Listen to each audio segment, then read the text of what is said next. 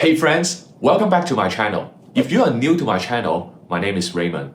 I used to be working in an US investment bank, and now I am a full-time investor and entrepreneur. If you want to unlock your financial success and live a more comfortable future, I will share with you 5 life-changing habits that set the millionaires apart. I'm grateful to say that these are game changers for me, helping me to build a right mindset and 7 income streams today. As the saying goes, we are what we repeatedly do. Excellence is not an act, but a habit. Our character is basically a composite of our habits formed by our thoughts. You might think, why is there power in our thoughts? This is because our thoughts create our own paradigms. A simple way to understand paradigms is to view them as maps. We all know that a map is not a territory. A map is simply an explanation of territory. That's exactly what a paradigm is. Suppose you want to go to a specific location in New York. A street map of New York would definitely help you. But what if you get a wrong map? The map labeled New York is actually for LA. Can you imagine how frustrated or ineffective that is for you to get to your destination? You may work on your behavior, meaning working harder, doing faster, working more diligently, but you can imagine that will only get you to the wrong place even faster. You can work on your attitude, you can think more positively, but still that can't get you to your right destination. You may be so positive that you could be happy wherever you are. The point is, you're still lost, and it is because you have a wrong map. Actually, the way we see the problem is the problem. The first 3 habits that I'm going to share with you actually comes from a book called The 7 Habits of Highly Effective People, written by Dr. Stephen Covey. I like one of his popular quotes a lot. I'm not a product of my circumstances, I'm a product of my decisions. First,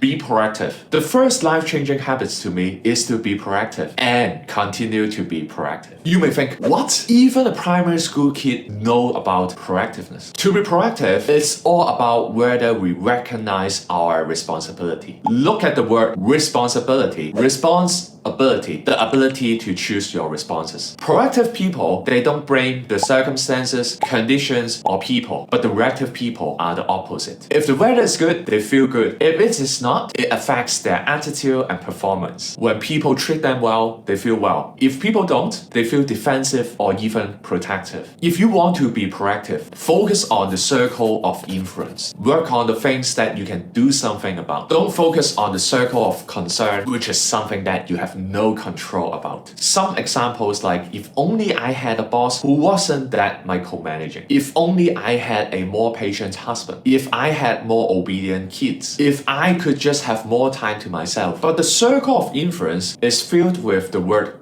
be. I can be more cooperative. I can be more patient. I can be loving. I can prioritize my schedule. Anytime we think the problem is out there, our thoughts is the problem. Act differently. By acting differently, you positively change what's out there. This mindset changed how I approach the problem from if only to how can I be in my studies, my career, my investments until today. Second, begin with the end in mind. It is based on the principle that all things are created twice. First, in our mind. Second, there's a physical creation. Take renovating a home as an example. You have everything in mind before the construction takes place. Perhaps you will go to some interior design websites to look at some designs. You will look into some furnitures that fits your vibes. Basically, you work with your mind until you get a clear image of what you want to build. All of this is being done before the construction takes place. Otherwise, you have to make expensive changes after the physical creation is completed. You see, we exercise imagination, and through imaginations, we visualize the uncreated worlds that lies in us. Another example, imagine you're a father and you're highly reactive to your children. Suppose whenever your children started to do something inappropriate, you start to feel angry and get irritated. Then you use your parents' authority to yell or punish them, and then you win. You stand there feeling victorious, while your kids might be outwardly submissive but inwardly rebellious. And that might come out in even uglier ways in the future. Now let's visualize you're at your own funeral and one of your children is about to give a speech. How would you like his life to represent? For me, I want his life to represent the victory of teaching, training, disciplining with love rather than our battle scars. I want his heart to be filled with love and pleasant memories of our deep, meaningful time together. I want him to remember me as a loving father who spend time with him. I want him to remember the times that he came to me with his problems and feel that I listened, I loved him, and I helped him. I wanted him to know that although I'm not perfect, but I tried every ways to help him. And perhaps more than anybody in the world,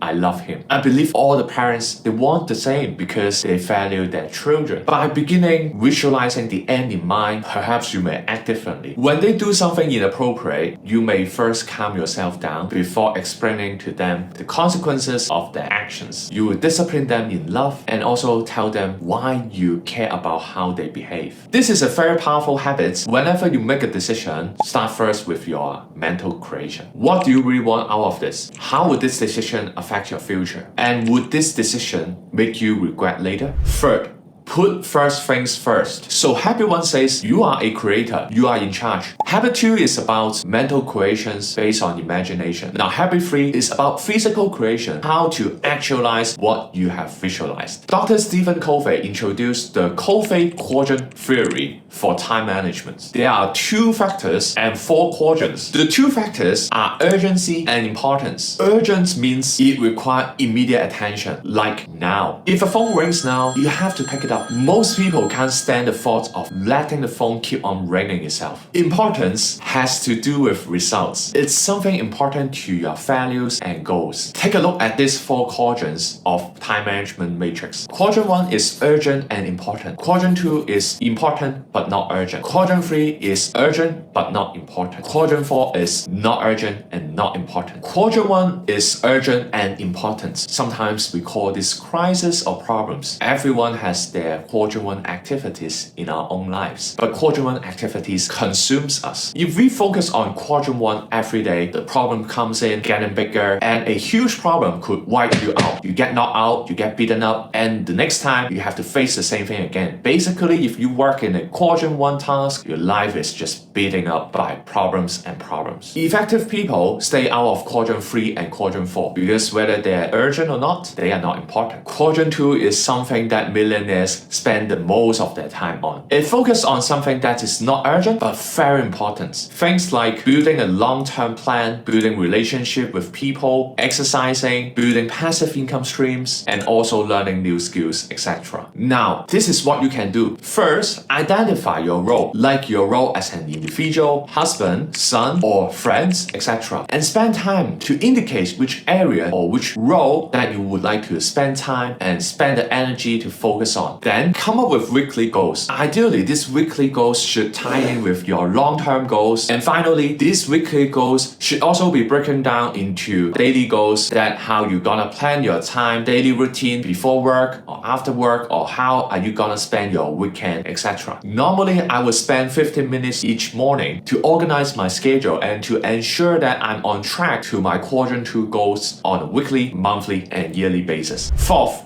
start building a side income at a young age. It's very important to have more than one source of income alongside your day job because you never know what will happen in the future. Let me give you an example. In Hong Kong, being an investment banker could earn really good money with huge bonuses in the past. It's being considered as a prestige job and with a very good career prospect. But guess what? These 2 years, many of them were being fired because of lack of IPO business in Hong Kong. If you rely on a single paycheck and have a very high living standard, like paying for a huge mortgage every month, sending your kids to international schools, your monthly cost is very high. And imagine if you lose your job and you have to sustain your living standard, how panicked could you be? We all need a safety net and security in our financial. So what kind of side business that you should build on? Usually I'll analyze with these 5 factors. First, passion. Passion is something that keeps you motivated and keeps you committed to trying no matter what happens. Second, skills. Think about what kind of skills that you can create value for others. Monetizing your skills via freelancing, consulting, selling products or services. Third, barrier of entry. Evaluate the barrier of entry for each potential income streams. Some of the business may require specialized knowledge or certification or licenses, but some other business may be easier to enter and require less upfront investments. Fourth, scalability. Look for opportunities that can be scaled up, such as building a digital product, building an e-commerce business, or investing in income-generating assets, so that for the same amount of effort you work on, you could earn exponentially. Finally, market demand. Do your research and analyze the demand for your product or services. Also consider the competition and also your target audiences before you start. The first thing that I did when I was just at the age of 20 was to learn how to invest. And later on, I got involved in my friend's startup business, and that was my first side hustle. Well, that didn't go well in the end, but at least I learned the skills and I had an experience of how to start a business. That actually paved the way to today, how I run my business and how I could start a business on my own. Number 5. Delayed gratification. Finally, and perhaps the most difficult one, is to consistently practicing delayed gratification. You know, we are in a materialistic world. People just want things and they want it now. Like, I want a new handbag, I want a nice car, I want a nice big house, I want this and that, all those things. There's nothing wrong with buying a nice gift for yourself. For example, last year I spent some of my profits from the stock investments and bought my first ever Rolex. And of course, you know, Rolex price actually came down a lot last year. Now, the key point is delay the timing until you can cover this expense by your side hustle income or profits from investments or income from dividends or interest or investments rather than your day-to-day job. I cannot emphasize more the importance of saving as much as you could when you are young and also invest early. Compounding interest has an exponential effect if you start early. If you want to learn more about investing basics, check out this video. Work hard before you start a family. I still remember the days when I was working in an investment bank, the busy work life, the OTs, but I still remind myself to learn investing, build new skills, and to start side hustles. Fast forward to today, I'm able to quit my full-time job and live a more comfortable lifestyle. Delayed gratification is perhaps the most important habit to visualize and actualize in your life. You deserve to live a better lifestyle. But the question is, how far are you willing to practice these habits every day, and how much are you willing to sacrifice for a better future today? So that's all for this video. If you like this video, remember to hit like, subscribe, and also click on the notification button so that you will get my updates for my upcoming videos. I'll talk about my career transitions, my investing strategies, and things that you would like me to talk about. Let me know. I'll see you next time. Bye.